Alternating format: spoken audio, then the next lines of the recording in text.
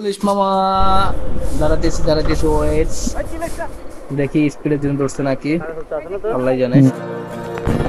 সেই রাস্তা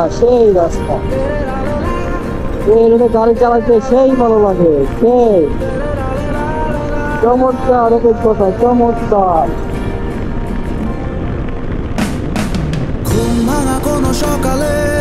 আমরা হচ্ছে যে ঢাকা মামা হাইওয়েতে গুনগুনিয়ে গাওয়া কথাটা সব পথিকের সবটাই ভালো লাগা,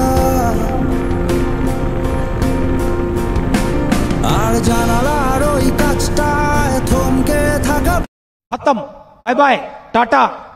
পুলিশ মামা দাঁড়াতেছি ওয়েট দেখি স্পিডের জন্য ধরছে নাকি আল্লাহ জানে।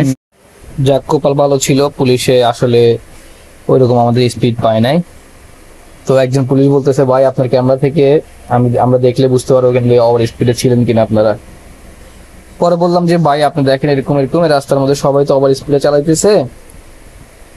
পরে ওনার কাগজ দেখাইলাম, গাড়ির কাগজপত্র দেখাইলাম। এরপর আরেক ভদ্রলোক আইসা বলতেছে, ভাই ওভার স্পিড ছিল না, আপনাদেরকে হয়রানি করে লাভ নাই, আপনারা চলে যান।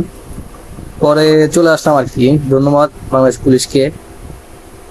আসলে ওনারা ওনাদের কাজ করে, কিছু পুলিশের কারণে সব পুলিশকে আমরা দোষারোপ করি। দেখেন ওনারা ধরছে, আমাকে ধরে কাগজপত্র চেক করলে এরপর আবার ছেড়ে দিল। এটাই আমরা আসলে পুলিশ থেকে আশা করি।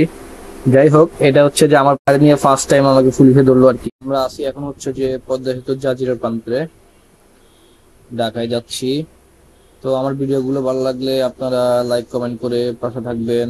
আল্লাহ।